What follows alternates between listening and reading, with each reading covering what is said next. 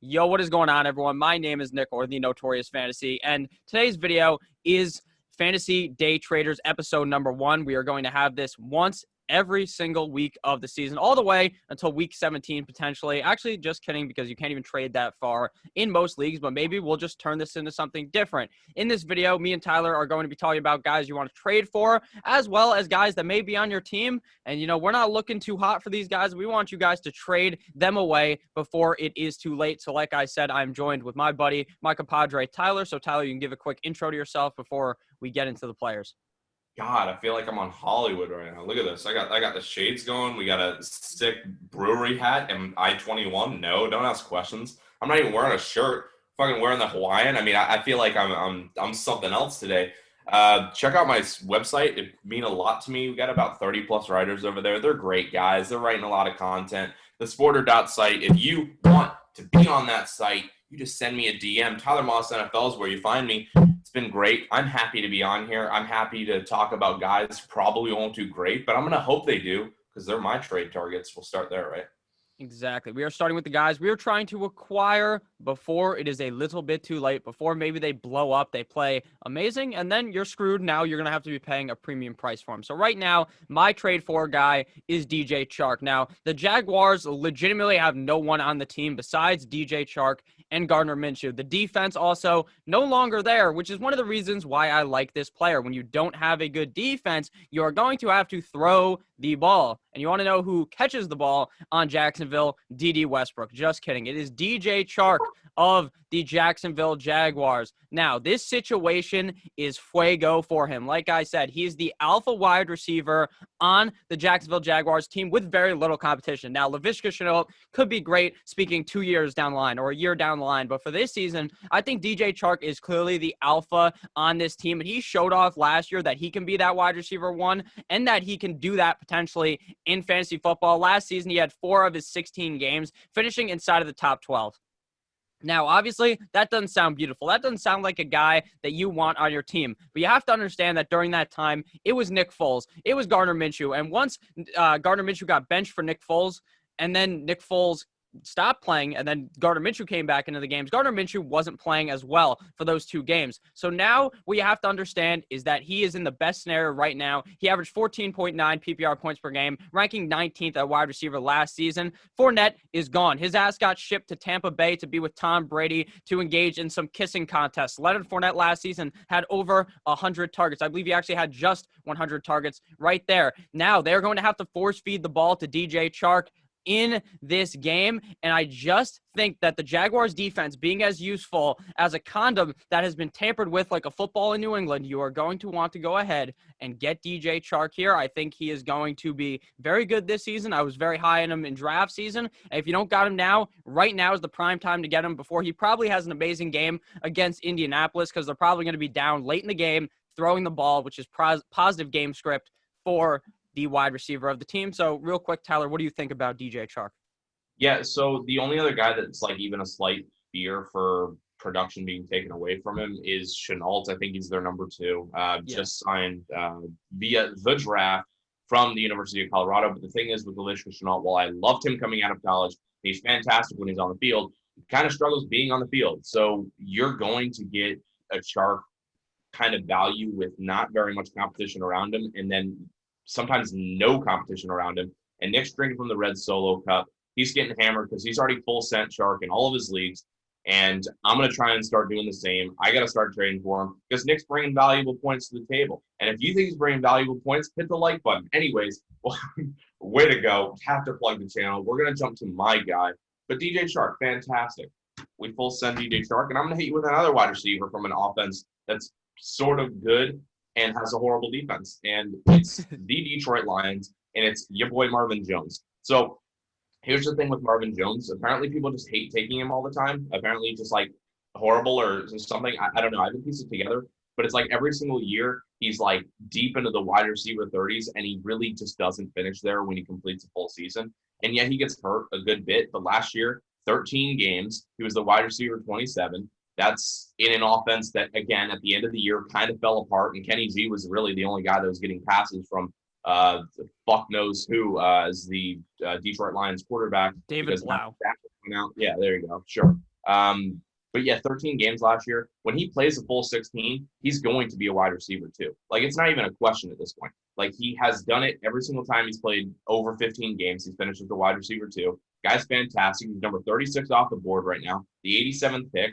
And if you can get him as a wide receiver 3 that you just kind of trade for, maybe you don't have the wide receiver depth, go get him, because he puts out really, really good games against bad defenses. And there's a few bad defenses that he's going to face. Now, in division, it's kind of a lot more challenging, but he is the wide receiver 2 on that team for a team with no defense, and his team is going to have to pass the ball a lot because of that.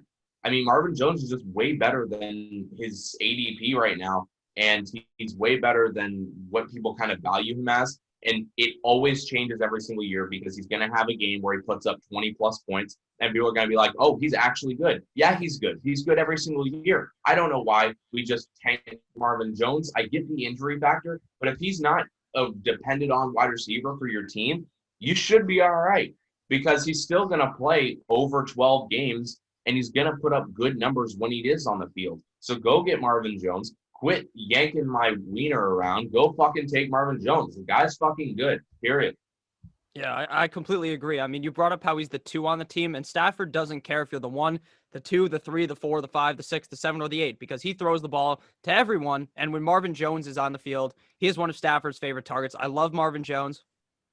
He was a huge guy that I targeted in my drafts. So if you didn't draft him, you didn't listen then, make sure you listen now and make sure that you pick him. Now, Tyler has a special shout out as well to be a guy that you are going to be trading for this week. Okay, so it's literally just for this week because you will not get him in any other week because, surprise, he's actually good. I know this was like weird, but Alvin Kamara was looking as like the wide receiver 3, the number 3, 4 off the board in your drafts. And somehow he's now ADP 7 via Fantasy Pros. And I'm like, oh, okay, go find whoever just thinks he's lost every single bit of value because he hasn't signed a contract yet, and go trade for him because he's gonna still finish as the running back 3 or 4. Like, it's just going to happen. And the fact that he's 7 right now, if you could just package a couple players just to get him like at a better value than you would get him in like a normal trade when he's actually valued where he should be, it's gonna pay off. Like, you don't even need to move one of your high-end running backs. You could stack a couple guys and get him for that running back 7 value. I mean, that's remarkable to me that he is that low down right now just because of contract disputes. Things were settled between that relationship. I really, really don't know why people are just saying screw Kamara. I don't think there's going to be contract issues. Either way, he's going to play. There's no holdout. So go get him. Like, especially in your redraft leagues, there's no loss to going out and spending a bunch on him because you probably don't need to move one of your highest end piece. You could just stack a couple of your next 2 biggest pieces because Kamara's really, really good and he's still going to finish RB3-4. I really don't get why he's at RB7 right now. It's insanity. I know that's only 4 running backs down, but those top end guys are really hard to get. And if you want one, maybe you drafted Michael Thomas in the first round and you really, really want a high end running back, go get Kamara. His value is really, really good right now, and it will not be this good at any other point in the rest of the fantasy season. This is the best you're going to get him. If you want one of those high-end running backs, now's the time to pull the trigger. Go get Kamara now. Yeah, same thing goes with actually Dalvin Cook now. I'm not even a big fan of Dalvin Cook, but there's reports, he's not going to play week 1. There's people getting scared about that because of his contract. He's going to play week 1 until he gets hurt, which could be maybe 3 weeks in. But when he's healthy, he's amazing. So just maybe you can trade for him as well if your league mates are the guy that owns Alvin Kamara or Dalvin Cook. Maybe they're just a little bit scared. Maybe they're thinking the guy isn't going to play. Then you go ahead and sweep it in, slide into their DM, send them some sweet messages in their ears, and then get the guy. So do you have anyone else, Tyler, to talk about for the trade for, or can we move on to the trade away? I got one guy, and some real unfortunate shit happened, but I just first want to mention if people are doubting Cook and Kamara, they aren't lions. Go be an alpha. Go follow the counselor and go robust. Get some running backs on your team. I'm going to go ahead and talk about a guy who I actually had picked, and then he got hurt, and it's making me cry on the inside because I actually got a few shares of him because I absolutely love him. I don't know why I started loving him. I started loving him like a day ago, but we're committing to the grind. Brandin Cooks. So ADP 84, wide receiver 35, so he's actually right there next to Marvin Jones. he's going to be the one on this team. And here's the issue. He's going to get hurt. And this is why I kind of had to be timid with this one and find another alternative and found Marvin Jones. But Brandin Cooks, when he's on the field, will produce. There's a lot of vacation in this offense. They were 6th in vacated targets. Right now, that need to be filled by guys, and they got Randall Cobb and Cooks to do so. There were 1,600 vacated air yards. That's ridiculous for a guy like Brandin Cooks, who's going to dominate the midfield and even some deep range ability, while also taking over kind of the short end routes that guys like Will Fuller and Kiki Kuti are not built for. I mean, this is a really good situation. It's just really unfortunate that he got hurt because honestly, this could have been a team that had a lot of garbage time, like we saw with Marvin Jones and like we'll see with Chark, like guys that you're just going to get opportunity because it's just going to be there because the defense isn't that great or the offense is kind of just rough, and someone's got to catch the ball. And with Fuller and Kiki always hurt, you're competing between Randall Cobb and Jared Thomas. I don't even Ian Thomas, fucking whatever. Jordan Atkins. Jordan Atkins. What the hell are these tight ends? They're useless. Like Brandin Cooks had extreme value, and you know what? If his ADP or whatever you're looking at to kind of make this trade, if it starts tanking a little bit further because of this injury, you actually may be able to get him at an even better value than you could have gotten him before he got hurt. Which probably will make him one of my trade targets for the upcoming episodes because this could seriously be a situation where Brandin Cooks does some pretty good damage. So that's why I kind of was timid to pull him away from the week 1 kind of trade targets and just kind of look at him for maybe week 2, week 3 when we know he's actually healthy. Yeah, I mean, he right now might be the best time to buy him, or on Thursday if he doesn't play. Now, there are reports that he may play, but with him going down from questionable to did not participate to limited, all that stuff, very scary for Brandin Cooks. Now, Brandin Cooks is actually one of the most durable players in the NFL. The guy gets concussed, and then 12 seconds later, he's out on the field. I don't know how he does it. I don't know, but Brandin Cooks is a durable player, so I think he will be fine for the next coming weeks. But obviously right now, if he doesn't play, you are going to be able to be getting shipping off some pennies to get a nice dime in Brandin Cooks, if you know what I'm saying. So now onto the trade away portion of the video. This portion of the video is brought to you guys by my friends at Overlay DFS. So I'm going to play an ad real quick for them, and then we'll be back.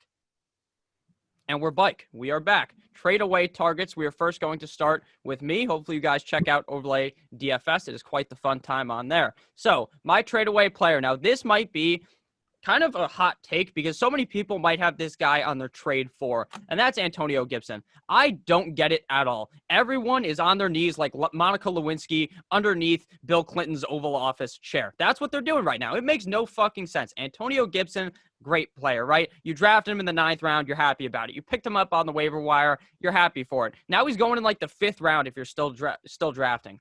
All right, he's on the Washington football team. There's nothing good coming out of Washington, aside from the last time during the Stanley Cup when Ovi was hoisting the thing and the girl flashed her tits, all right? Nothing good is happening there. This situation is good for him. I think he could be good, but the problem is the range of outcomes for him is not, there's no middle to me. It's either he's fucking amazing and he is destroying and he is the best player that you've ever seen that you randomly picked in like the 9th round of your draft, or he's awful.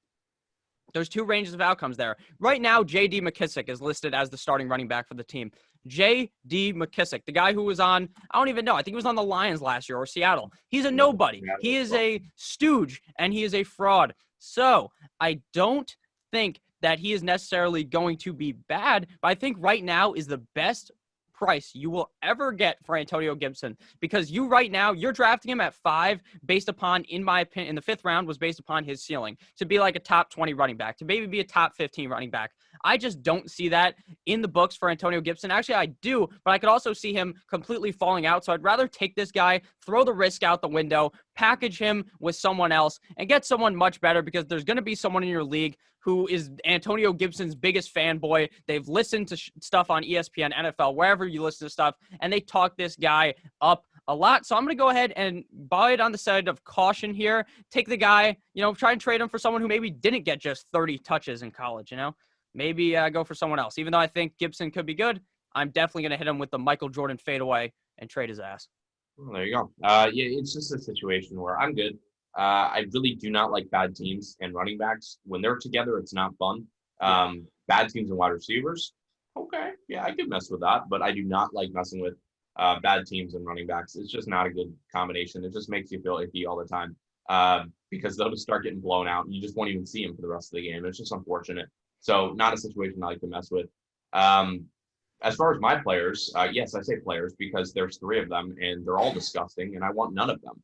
The fact that anyone's hyping it up, and it's the exact same situation. So we're going with a lot of bad teams.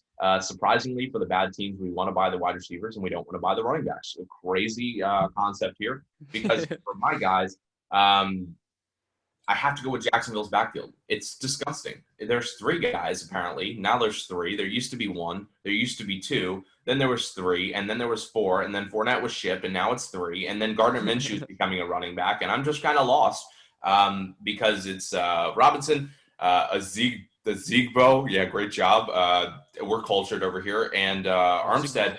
So, yeah, there we go. A Ziegbo. Yeah, great job. Nick with the translate. I appreciate it.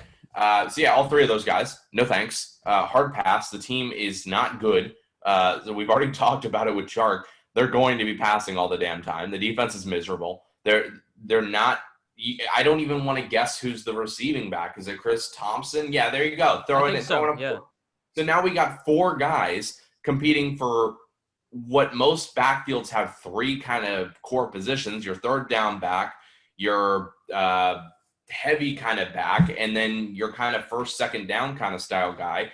And you got 4 guys competing for that, and no one knows who's going to be doing what outside of a guess that Thompson will be the receiving. So it's like, what value are you actually getting out of these guys? It's just rough. Like, I don't even want to guess anymore. Like, I don't care what the depth chart says. It doesn't matter to me. You got all these guys. There's just, it's crowded, and none of them are even good. I mean, the offense was 25th in efficiencies last year. The defense was 29th ranked, which is going to get worse. I mean, this is not a good situation for a running back, and 4 running backs just makes it even harder. I mean, you see successful running backs in fantasy are not competing with more than just one other guy, yet alone having to compete with 3, 4. It's ridiculous. So I can't mess with this. I don't want to try and guess who the winner will be. I'm not going to congratulate anyone who guesses it right because you're guessing. And I'm not going to say that I fucking won the lottery because I got Ozigbo over Armstead. Like, it's not a thing that I want to mess with. Go get a running back from a good system, period. Yeah, I mean, one of these guys is going to be the winner. It's probably going to be Chris Thompson, probably just the safest bet of being a winner because, you know, he catches the ball. None of these other guys do. But I want to give you guys real quick a preemptive trade away for next week. This is the easiest call ever. Deshaun Jackson is going to score 50 points against the Washington football team. He's going to make them look silly, slap them upside the head. So then you trade him. And another one, this is going to be a trade for next week. I'm just calling it. I'm rubbing the crystal ball. This is going to be in next week's episode. We're going to talk about how DeAndre Hopkins doesn't play great against the San Francisco 49ers. People are going to be pissed off about it. Now, I don't think he's going to play terrible. I think he still plays fine. You're going to start him, obviously. But that's going to be a tougher matchup. People are going to be pissed off. They're going to be like, oh, DeAndre Hopkins fucking sucks. He's on a new team. They're going to get really pissed off. So then what you do is you sneak away, you whisper into their ear that DeAndre Hopkins is garbage, and then you get him.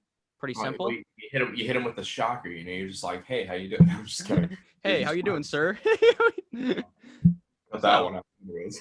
No, everything stays in here. We don't edit anything out. So, do you have any closing remarks here, Tyler, before we say goodbye? I do. It's a very sad time in the video where we do have to say goodbye. It's unfortunate. I love you guys. This may be my favorite fantasy audience in fantasy because you guys are fucking wild animals, and I see you guys in the comments. You're fucking nuts. Keep it up. Keep supporting Nick. He's fucking growing like a motherfucker. I'm cussing a lot. I love it. The Sporter.site. It's really important to me, I guess. We got a lot of writers over there. We're growing the channel, the website, whatever. We've got all sports. We're talking NHL shit, baseball, obviously your fantasy football hookups and all that shit. We're starting up a Patreon where you can get advice weekly from our guys to help you and win your leagues because Nick is doing his shit. So you can continue watching him and you can check us out. Why not? Hit it with both. You're going to shit all over your fantasy teams in your league like Odell Beckham likes to get shit on. Hell yeah, hitting the plug. It would mean a lot if you guys checked it out. Nick, you're doing great things. I'm happy to be on at least 2 weekly episodes. Are we sneak peeking our Saturday show? No sneak peeks out here. So no free. No free ads. Shouting out my ad, Overlay DFS. Make sure you guys check that out on the way out. Make sure you guys have a great rest of your day. This is the final video of what day are we on? We're on today's Wednesday, I think. So tomorrow there's fucking football on. So you're gonna come back in the morning. You're gonna step in. You're gonna watch a video. You're gonna have a great time, and then we're gonna be live Thursday. I shall be live. Maybe Tyler will end up showing up as well. Maybe some other people will end up showing up. I have no idea. But what I do know is that we are going to have a great time on Thursday, and we are going to eat some W's in fantasy football like our name was Jameis Winston. So I love you all. Check out Tyler. Check me out as well down below. Winky face. Check me out down below. Good day.